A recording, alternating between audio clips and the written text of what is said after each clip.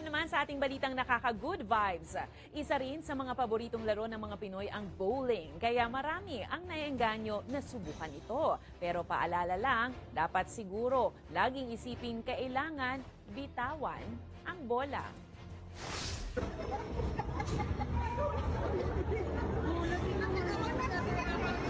Wondering, what is he thinking?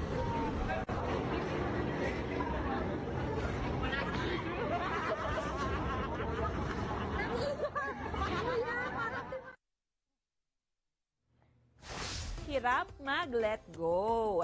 Kung kayo ay may kwentong kakaiba, mga kwento ng pag-ibig o storya ng inspirasyon at pag-asa, maaari nyo itong ibahagi. Sumali sa ating Facebook group na Balitang A to Z, panoorin ang replay ng ating programa at sundan ang ating social media pages. Hanapin ang Balitang A to Z. Ang ating pabaong quote of the night ay mula sa isang Baptist minister at political philosopher na si Martin Luther King Jr. Ayon sa kanya, ang kawalan ng hustisya sa isang lugar ay banta sa hustisya saan man dahil ang direktang epekto sa isa ay nakakaapekto sa lahat.